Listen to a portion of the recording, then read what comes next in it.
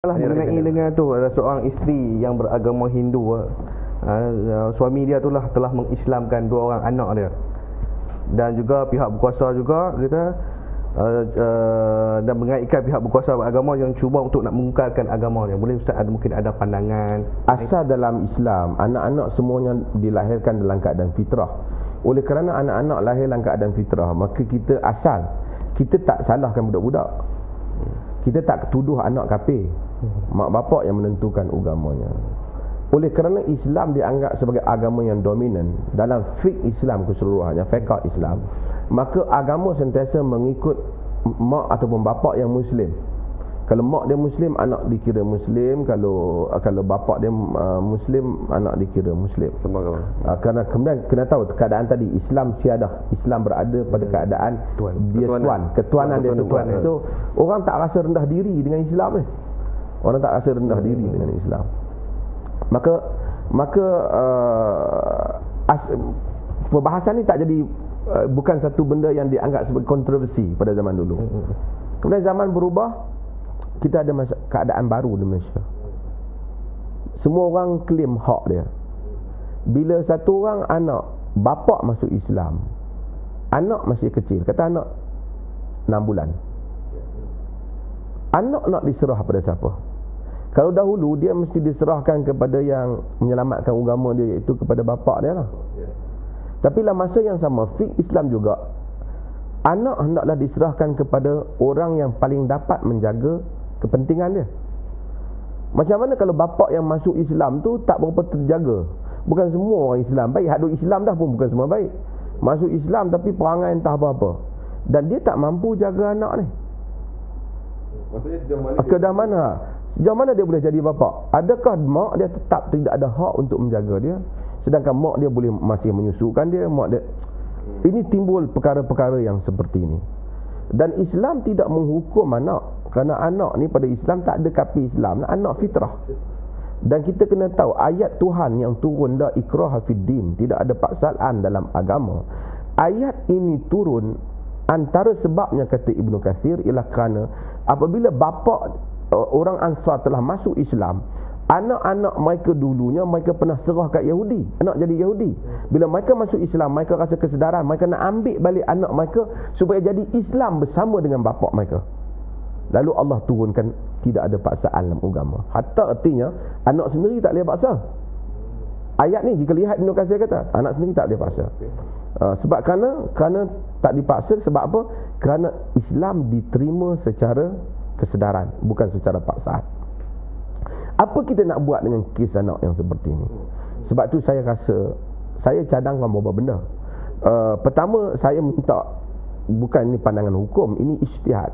Kena ada satu ijtihad baru di kalangan sarjana di Malaysia ni, melihat soal perundangan dan keseluruhannya, merumuskan satu ijtihad baru yang memberikan kemaslahatan pada anak. Saya mencadangkan beberapa perkara. Saya mencadangkan antaranya ialah, sama ada anak diserah pada mak pun tidak mengapa, tetapi hendaklah diperuntukkan oleh kerana Islam agama rasmi dalam negara ini, agama persekutuan dalam negara ini, hendaklah diperuntukkan bahawasanya hak bapa untuk mengajar Islam kepada anak. Katakanlah dia duduk dengan mak dia menyusu dia, tapi anak itu apabila membesar, bapa tetap berhak, umpamanya kita kata 3 minggu sekali, untuk bawa dia ke kelas agama Islam seperti mana agama bapa. Bukan paksa dia, mengajar dia. Mengajar dia, memberitahu tentang Islam yang benar, memberikan pendidikan pada dia. Sehingga apabila dia sampai kepada suatu peringkat, dia memutuskan agamanya. Apabila dia matang, dia memutuskan agamanya setelah dia diberikan pendidikan yang cukup tentang Islam. Jadi maksud Ustaz, boleh mengajar agama Islam kepada anak yang macam ni, situasi dia, bapa Islam, mak dia bukan Islam, bapa dia dulu pun bukan Islam, masuk Islam. Ni bapa dia nak Islamkan anak dia. Jadi maksud Ustaz, bapa mesti dapat hak untuk mengajar agama Islam pada anak dia, tapi bukan mengislamkan anak dia. Sekarang ni agama pasal kerana bapa ada hak. Kalau mak dia claim dia ada hak, bapa pun ada hak. Sekarang yang timbul adalah kerana kita menentukan pada bukan isunya pada isu anak, isunya Ialah di kertas tu nak tulis dia agama apa. Ya. Pendaftarannya nak agama apa. Kerana bila tulis agama apa, sebab itu saya mencadangkan, sudah kita kata kembali kepada fatwa ataupun kembali kepada pembincangan, iaitu saya cadangkan bapa bagi tahu agama bapa Islam, agama mak katakanlah Hindu umpamanya. Kita mention agama mak dan bapa untuk suatu keadaan, sehingga apabila dia sampai satu tempoh yang mana kita tahu dia boleh membuat keputusan untuk dirinya sendiri, itu boleh dibincangkan setelah mendapat pendidikan. Kerana Islam agama negara ini mendapat pendidikan. Bapa bawa dia 3 minggu 4 setiap hari, dia mesti ada masa 2 jam di bawah pendidikan Islam. Kemudian dia dah tahu, dia duduk masa dengan mak dia, mak dia menyusu dia tu, dia dah tahu Islam. Masa tu kita berikan keputusan pada dia untuk memilih agama. Saya rasa hal itu mungkin satu penyelesaian dalam isu yang seperti ini. Kerana kalau tidak, mak, katakanlah mak dia Islam, mak dia bukan Hindu, bapa paksa dia ikut mak, dia benci benda ni, besok tiba-tiba dia nak keluar Islam, timbul pula kes murtad. Kita kemudian belah timbul kes murtad, kita timbul nak hukum dia pula. Kemudian dia kata saya bukan nak, dia dah paksa mak saya nak ikut agama mak saya. Saya rasa ini tak menyelesaikan. Walaupun fik dahulu ada, kita perlu kepada satu perbincangan fik yang baru. Umur dia boleh buat keputusan tu 18 tahun ke? Kita boleh bincang. Umur matang ke ataupun umur baligh ke, kita boleh bincang. Tahap mana manusia budak ni matang untuk menentukan, itu boleh dibincang. Kerana kita bukan berurusan dengan masuk hukum, tapi kita berurusan dengan perlembagaan. Kita berurusan dengan undang-undang, yang mana undang-undang yang dapat menyelesaikan perbalahan di kalangan manusia. Jadi soal ibu bapa yang bukan Islam pula nak mengajar anak dia agama dia.